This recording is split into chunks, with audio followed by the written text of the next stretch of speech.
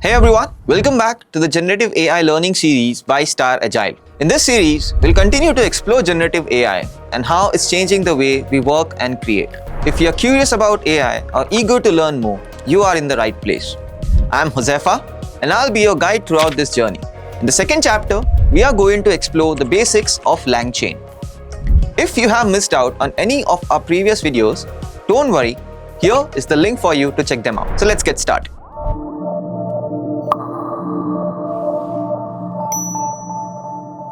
In this module, we'll cover the basics of LangChain, which is one of the most popular Python framework meant for development of applications using large language models. So what exactly is LangChain? So it's a Python framework. It's completely open source, means that you do not have to purchase any subscriptions for using this particular framework. And it was majorly developed to overcome multiple challenges that are present within the development of large language model applications. So we'll cover first what are the benefits that you get when you develop applications using LangChain. Beginning with the first benefit is basically LangChain gives you a centralized place to manage all of your user prompts. We'll see this in action as well on how you can easily manage prompts using LangChain. So it gives you a structured interface using which you can very easily manage what all prompts are required for your various tasks that you want to create. Second, you can use LangChain to chain multiple steps together. So in fact, the name LangChain, the second keyword of that particular name contains the word chain.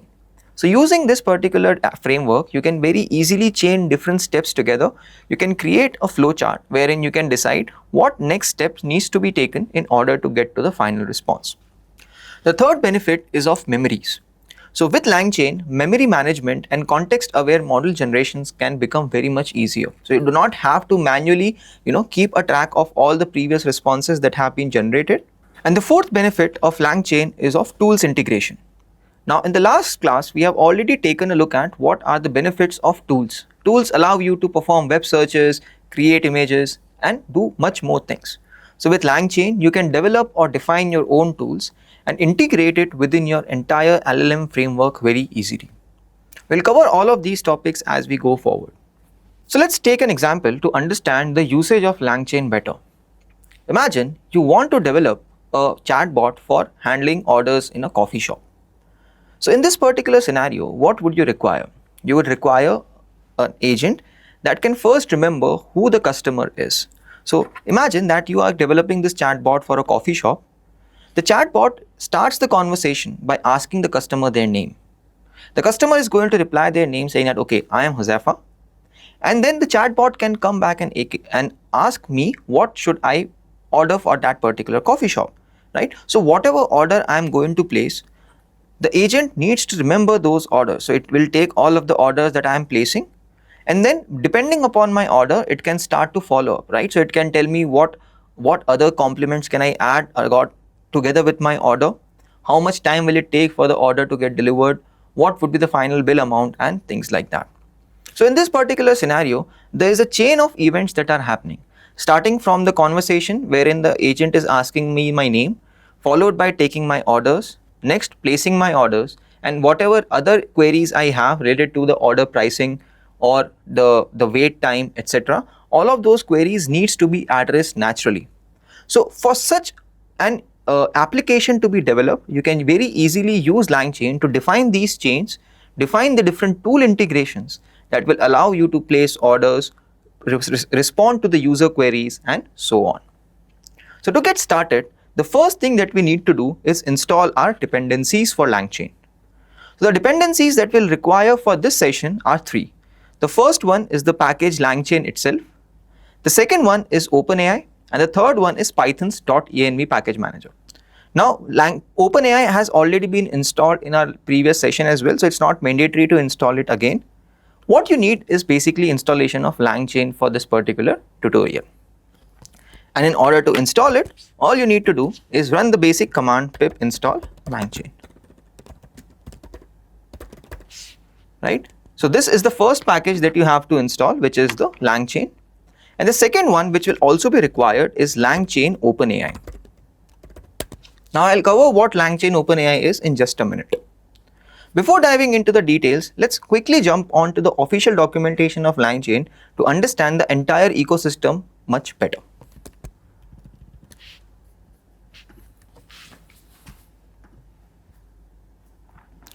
So here I am showing you the entire ecosystem around LangChain. So LangChain has different parts. The first one is the package LangChain itself, which is completely open source. This particular framework allows you to define the core components of LangChain, which includes messages, prompts, tools, etc. So all of these are part of the LangChain's core tool development. Then you have third-party integrations. So generally, when you develop any large language model application, the biggest challenge that you would face is that there are hundreds of LLM providers out there. You could use the large language models provided by OpenAI, you could use the ones provided by Google, you could use the ones provided by Anthropic. And each one of these APIs has a different usage curve, right? So it's not like how you interact with OpenAI, like we did in the last class, like we did in the previous session. It's going to be the same of interaction with Anthropic or Google's APIs as well. The interactions will remain different. So LangChain, first of all, what it does, it standardizes the usage of different tools as per your requirement. So if you take a look at all the integrations that are available out there, you will see that LangChain supports integrations across this entire list of packages, right? So you can take this package name. So let's say you want to work with LangChain using Google's Vertex AI packages. So you can just install the package called LangChain's Vertex AI, and this will give you support to work within the LangChain's ecosystem and integrate the models provided by Vertex AI. Similarly, if you want to work with Anthropic models, you need to install the package for LangChain Anthropic so that you can use the Anthropic models within the LangChain's ecosystem that you are working for. In our case, we'll be using OpenAI models. So therefore, we are going to install LangChain OpenAI, right? So this is the model that we will be installing. Right? So when you install packages called LangChain underscore package name or the model name that you want to work with, so you will get access to the to all the large language models provided by that particular framework. So let's get back. So apart from the integration, you have other tools that gives you much more advanced capabilities. So one such tool is LangGraph. So LangGraph is basically a tool that gives you ability to define or to create a graphical interface wherein you can define the different multi-agent workflows. So let's show you a quick example of how this multi-agent workflow would look like. So on this page, this is basically a example shown by LangChain itself, wherein depending upon the interaction, so here we are starting the interaction, then the message goes to an assistant. Then if the assistant thinks that it requires to perform a web search, then a corresponding tool for performing the web search will going to be called, whose response will go back to the assistant.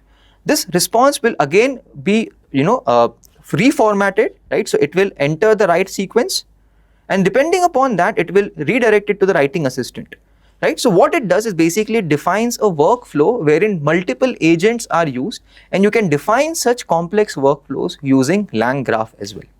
So LangGraph is also open source, and it's part of LangChain's ecosystem that gives you the ability to define multi-agent workflows very easily within LangChain. So these are the different tools available, and the third one, which is also very, very useful, is LangSmith. So LangSmith gives you the ability to deploy these frameworks that you have developed. So whatever large language model application you have developed, you can very easily deploy it. And once you have deployed, after deployment, there are multiple things that you need to perform in order to make sure that the application is running smoothly and without any errors. So this includes abilities for debugging, testing, annotation, monitoring, etc. So all these abilities are part of LangSmith's capabilities. So this software is basically also, so although integrations, LangChain Core and LangChain Graph, so you see here these three applications are open source. So wherever you see OSS written, it stands for open source services. So these are completely open source softwares. So since these are open source, you do not need to pay any licensing fees for them. But you need to pay a licensing fee if you want to use LangSmith or LangGraph platform. So LangGraph platform is basically a UI based application which allows you to easily work with LangGraph, right? So LangGraph platform and LangSmith are commercial, meaning they require a licensing fee to be paid, but the integrations core components and LangGraph remain open source software. So that's why you have OSS written against them. That's a quick brief overview of the ecosystem around LangChain.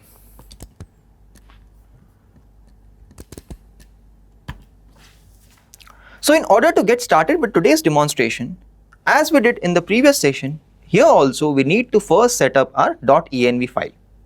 In this .env file, we need to create the OpenAI API key, because in this particular demonstration, we are using the same model from OpenAI. So the steps for creating OpenAI API key remain the same. You need to go to the platform for OpenAI, log into the website, create your account if you do not have it already, create your API key and paste it inside a .env file. If you do not remember, or if you do not know how to follow along or create this .env file, you can check out our previous video wherein we have shown you step-by-step process of creating this .env file. So let me show you what this .env file looks like in my system. So here I have this .env file. This .env file will contain my OpenAI API key, and this is basically the API key that I have pasted here. Now, as I iterated in the last class, these API keys are meant to be kept as secrets. It's not meant to be shared. You cannot use this API key because I would have deleted it by the time this video is released. So you will have to create your own API key and place it in this particular file. Okay. Once this API key is ready, we are set up and we are ready to work with LangChain and OpenAI together.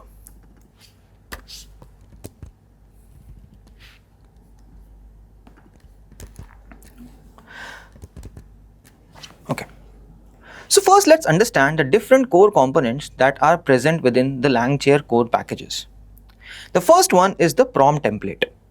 Prompt template is a functionality within LangChain that allows you to create prompt templates.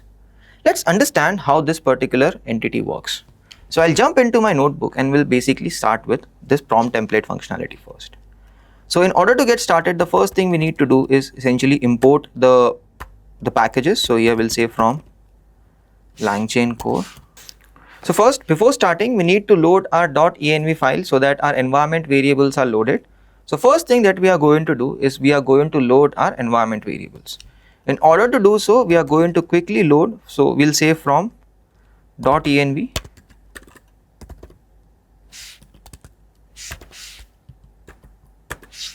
load import load.env, right? And here we are going to run the function which will load the env file for us, and we are going to get our API key out from here.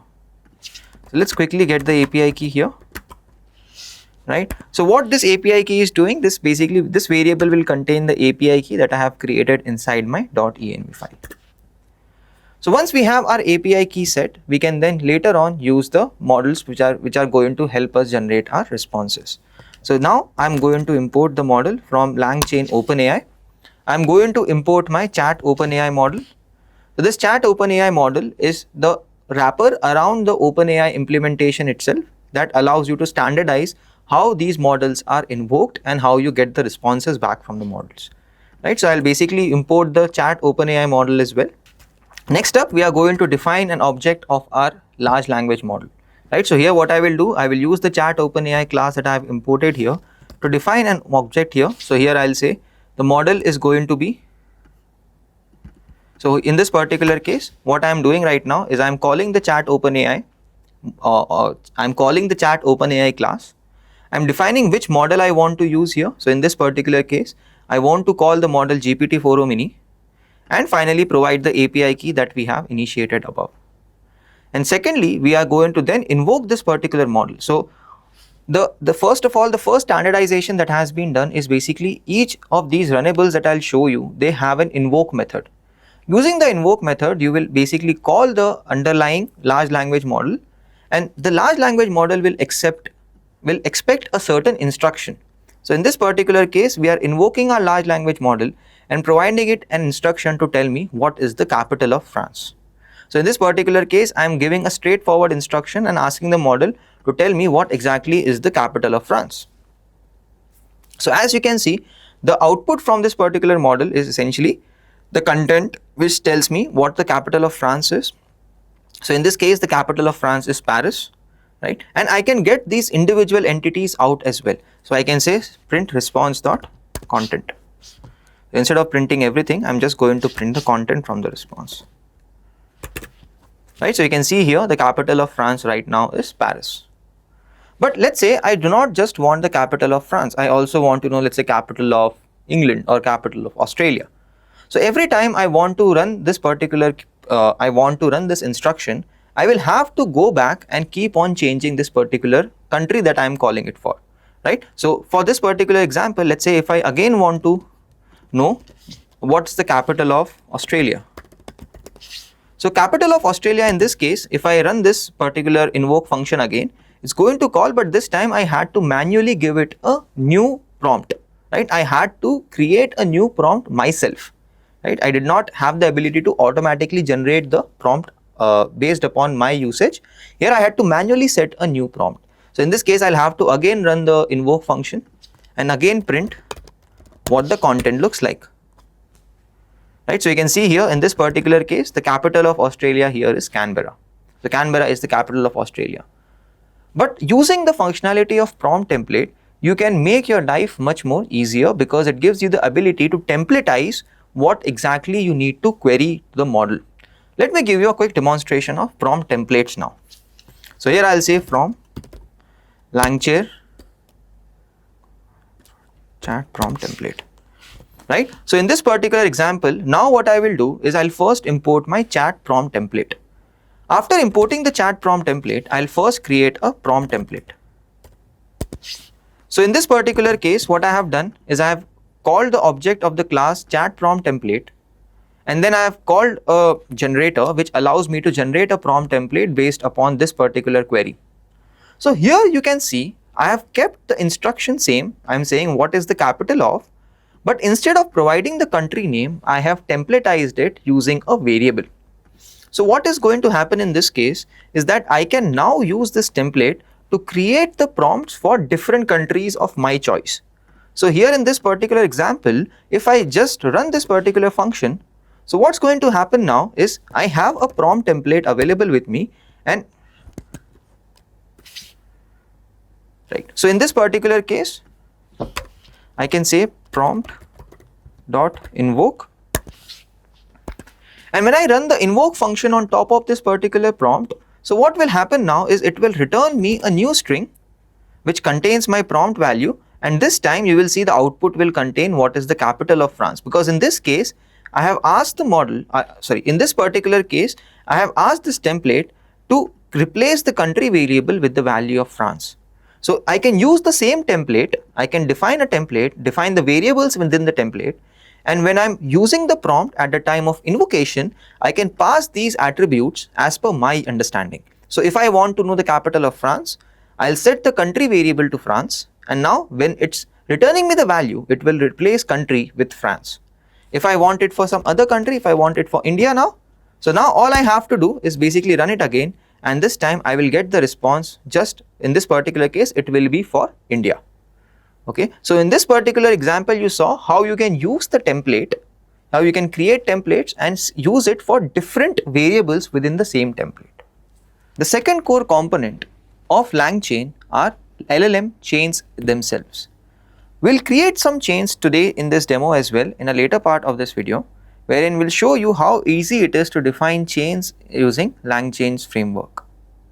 The third is its integrations with other third-party vendors. Now I have already shown you that how easily you can use LangChain with Anthropic, OpenAI, Google's own Vector AI, right, Vertex AI, and so on.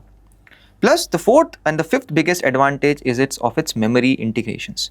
So using LangChain, it is very easy to manage the memory, which allows you to keep a track of the previous conversations that have happened between yourself and the backend large language models as well. So now we'll go back and see what other prompt templates can be created using the LangChain's prompt template features. So over here we have created a very simple prompt template in which there was just one single instruction, wherein we are asking the model as a user what exactly is the capital of a given country. We have templatized it by providing a country attribute which is set at the invoke time or at the runtime. But in the last session, I have shown you within OpenAI how you can assign different roles to a particular conversation. So if you want, you can even set a role at a user level or at a system level or at as an assistant level.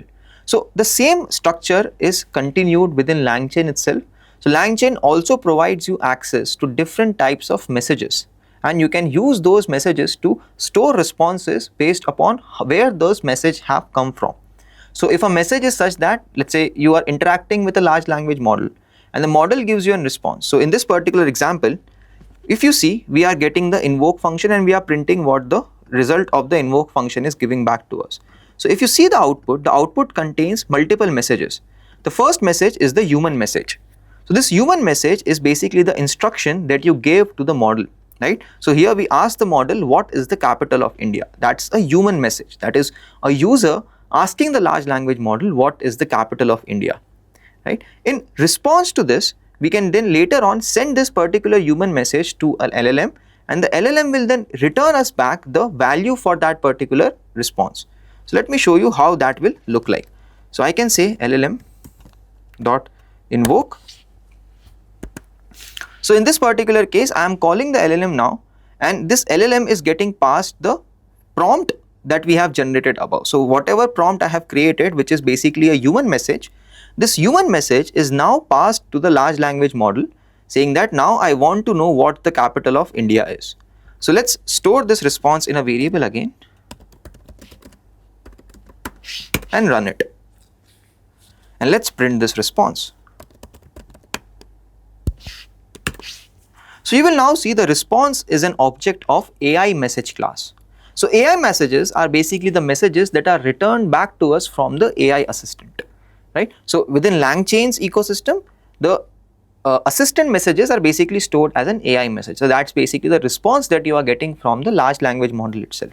So you can see here the content of this particular response is essentially saying the capital of India is New Delhi, right? So if you print the content here, the content here will basically be the response that is generated by the large language model itself.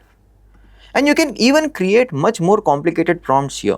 So let's define a more sophisticated prompt which contains two roles. One is a user role and second one is, let's say, a system level role. As we did in the last video, wherein we assign a user level as well as a system level role to the model's prompts, here also we'll do something similar using chat prompt template within LangChain. So first, let's start by defining a system prompt template.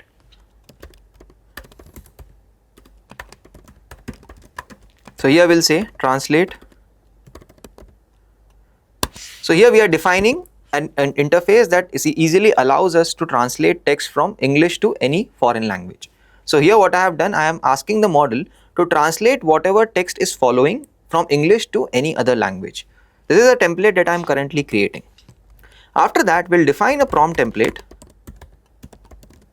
using chat prompt template class itself. But this time we are going to use the interface from messages. So what this interface allows you to do, this interface allows you to define multiple messages one after the other. This messages is similar to how we define messages using OpenAI package also. So in this particular interaction, what we will do is we'll define multiple messages one after the other. So first message we are defining is the system level message. The system level message is going to come from the prompt template which we have defined above. So here we'll say at the system level message, we are going to ask the model to translate whatever text is following from English to any foreign language. And then from the user's point of view, the user message is going to be the text that will be followed by this template. So in this case, we are having two placeholders. The one placeholder is the language in which we want the translation to happen. And the second placeholder is the text that is supposed to be translated, right? So here we are defining two placeholders, one to contain which language we want to translate in, and the second is the text that we want to translate here. So at the time of invocation, when I'm calling the large language model itself, so here you will see we are calling first the prompt template and asking it to invoke. And here the text that I am passing is I love programming in Python. Let's say here the text that I am passing is I love programming in Python, and the language that I want it to be translated in is Hindi. So here you can see I am passing the values for these two variables at the time of invocation at runtime. So at runtime I can customize what values I am passing to the model. So language is Hindi and the text that I am calling is I love programming in Python. and then we'll basically call this model and get the response back from the large language model. Let's quickly print the response here. So here you can see this is what the response or the conversation in Hindi would look like for this exact text. And that's not it. If I want, I can do this same translation for other languages as well. So I can call the same structure, but this time I will say let's do it for some other language. So instead of Hindi, let's do it in French. And here again, if I print response.content, you will see this is what the translation looks like for French. So you can see how easy it is to customize how the interaction is going to happen using prompt templates from LangChain. Without the prompt templates, you have to call the same prompt again and again with different user inputs. But with the templates, you can define variables and then pass the values to those variables at runtime, right? And here you can see the large language model is going to be invoked after the templates have set the respective value for text and the language that we want to call, and the response will contain the return response from the large language model directly. Okay, that's basically a quick demonstration of how the prompt templates work within LangChain ecosystem. So before proceeding, let's quickly check what's the object for the response class that we have gotten now. So if you print the response right here, you will see that the response that you are getting, this response is an object of the class AI message, right? So when we sent our user query, that was basically a human message. So initially when we called this particular model, we are calling the model and we are passing a message as a human being. So that particular value is wrapped in an object of the class human message, because that message is going to the model for generating the answers, and the response that we get from the model, those are wrapped in the object of the class AI messages. And this AI message will contain the content from the message, plus it will also contain some other additional information about how much tokens have been used, right? How many tokens were completion tokens, that means how many tokens were in the final prompt, the response that the model is returning, how many tokens were there in the input prompt, and total how many tokens have been consumed, right? So all of these information plus some details about the cost and all of those additional information will also be there. So it will also contain the model name that was used and etc., right? So all the information that might be relevant from the response perspective of the model is also contained within the object of the class AI message. So if you wish, you can just use these individual attributes from the response object to get the information around the number of tokens consumed from the prompt, number of tokens consumed from the chat, etc. Okay. So right now we haven't defined any chain, but if you wish, you can either call these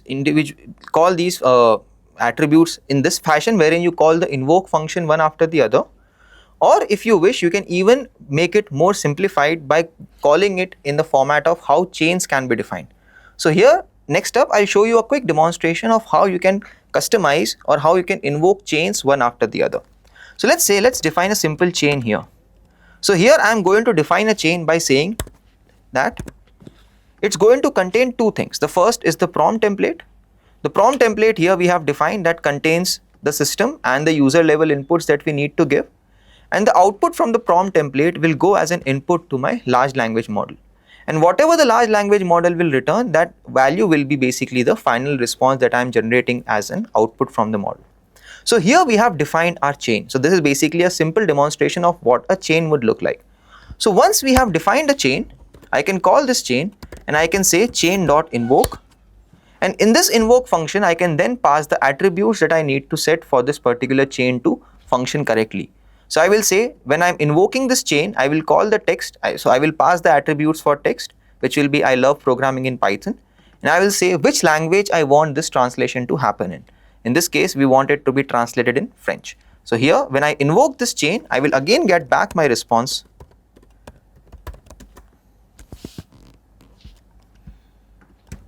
When I run it, let's print the response again.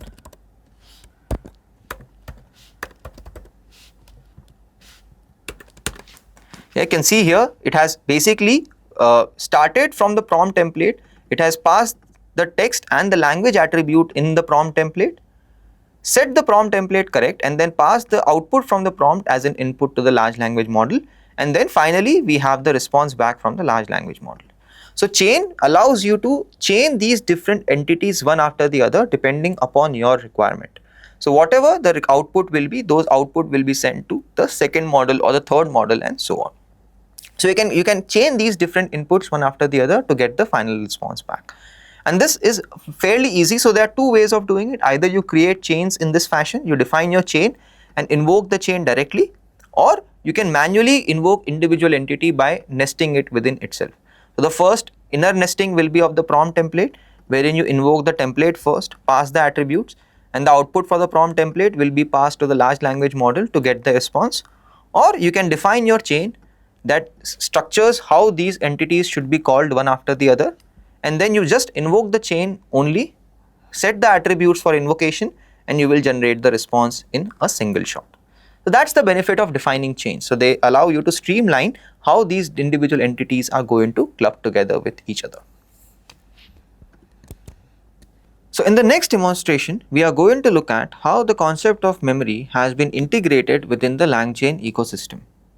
We'll first begin by importing the necessary objects that will allow us to create or track the history of messages that has happened between us and the large language model itself. So first let's define the placeholder for message. First let's import the required placeholders first. So I'll say from langchain.core prompts, right? So first what I will do is I'll import the class called messages placeholder. This placeholder will store all the messages or the interactions that have happened between us and the language model itself. We'll define a variable called messages. Inside this variable, we'll store all the messages that have been forwarded between us and the model. And finally, we'll define our placeholder. We'll say this particular placeholder to be a messages placeholder. And this messages placeholder will store this variable called messages to keep a track of all the interactions that have happened between us and the LLM itself. Next up, we need to define a prompt template to contain these placeholders as well. So right now we have just defined a placeholder that is going to contain all of my messages. So we'll pass this placeholder then to the LLM itself. So when we invoke the template of the prompt, there this placeholder will basically be replaced by the actual history of messages that has happened between the model and us. So here we are now going to define our prompt template, and in this prompt template the first part that we will pass here is basically the placeholder, right? So in this particular example you can see that the first thing that I am passing is the placeholder itself. This placeholder will contain the messages here, and the second thing is essentially the user input that we are going to pass next. So this input is going to come from the model itself, from the user itself, and the user will pass whatever input I want the model to return, right? So here there's some interaction that has happened, and here we'll say, I'll delete this bit, and in this particular prompt template we are defining the placeholder, and we have defined another variable that is going to contain the input that is supposed to be coming from the user. This is just basically the template that we have defined. So here in this particular template, we have the placeholder that contains the previous history and the next input that is supposed to come from the user in order to continue our conversation. Once our prompt template is ready, now we are ready for defining the chat loop. So in this chat loop, we are going to keep it very simple. We will continue the conversation until the user wants to stop the interactions. So we have already defined some placeholders to contain the previous chat history and the next input for the user. So let's begin by first defining what the user input is. So here I'll call a variable called user input, wherein I'll take the input from a user. So I'll say enter your message, right? So here the user has defined the message that they want to call. So whatever the message the user will pass, I will take that message and store it in this variable called user input. Second, I will define my chain as I did previously, wherein I'll first call my prompt template, right? I will first call this prompt template here. So I'll first call my prompt template followed by a call to invoke my large language model, and then we'll define a simple loop. So we'll say while the user input is not equal to exit.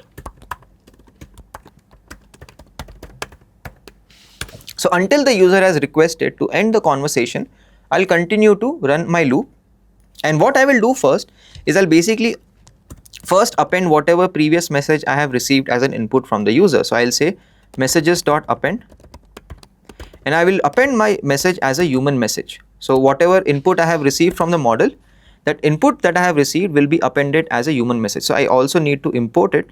Let's quickly import the human message as well. So from LangChain core.messages, we need to import the human message as well. So this class is basically used when you want to define a message as a human message or the message that is coming from a user. So I'm going to append my message as a human message, and the content is basically the user input that I have provided here. So now once this message has been appended, then I want to generate the response from the large language model. So I'll say chain.invoke, and the chain that I'm invoking right now, I need to invoke this chain, and I will say that input that I have, input equals to my user input. Okay, so in this particular case, I will get some response back from the model. Let's quickly print the response as well. And once we have received the response back from the user, let's append that response as well inside my messages history.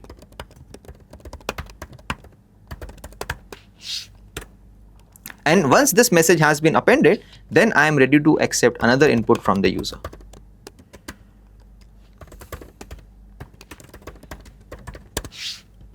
That's it. So here what we have done is we have defined an interface that basically continues our chat until the user has requested to exit from the loop. So until the user said that, okay, I am ending my conversation, I will take whatever input the user has given, append that input as a human message first. Then I will invoke my large language model, get the response back from the model. That will be an AI message.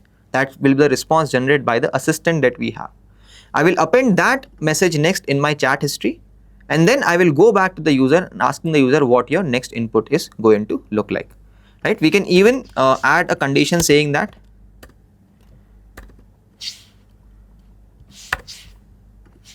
so over here itself, we can even set that if the user input exit, we can basically print exiting the chat, and we can then immediately break out of the loop as well. Right? So in this particular case, we are going to check if the user input is exit. Then we are also going to print a text which says that, okay, we are done with the chat, we are now exiting our chat. So now we are going to see how this particular chain works in action. So we'll see how the memory is updated and see how the responses are changing as we keep on calling the model again and again. Let's execute this, and you can see at the top it's asking me for my user input. So let's begin by saying hi. Okay, I've received an error. Let's quickly see what the error says. Mapping type is supposed to be, okay, it's supposed to be mapping. Actually, we have provided it as individual inputs. This has to be corrected. Just give me a second. So here this is going to be wrapped in text. This is also wrapped in text, and this is correct. Yeah. So basically, when you invoke any particular chain, these attributes have to be passed as the variable names that you have set above, and then these variables will be replaced by whatever inputs you are passing here. Okay, so we have already defined our messages placeholder. We'll pass those messages as an input here, right? And then whatever user input the user has provided, that will go again as a second placeholder here. We'll basically print what the response is generated from the model, and we'll append that response as well in the same message history that we have created. And then we'll ask the user for the next input that they want to share. Okay, let's execute this. And now let's also begin by saying hi. So you can see here, when we said hi, the model has responded saying, hello, how can I assist you today? And then you can again enter your next message. So let's say I want to travel, I want to plan a travel itinerary. So here we have sent a second message to the model. Let's see how the model responds. So here the model has responded again saying that sounds great. To help you plan your itinerary, the model needs some information like destination, duration, interest, travel dates, and so on. So you can then again respond to the model saying that I want to travel to, let's say, Japan. The travel dates are next week.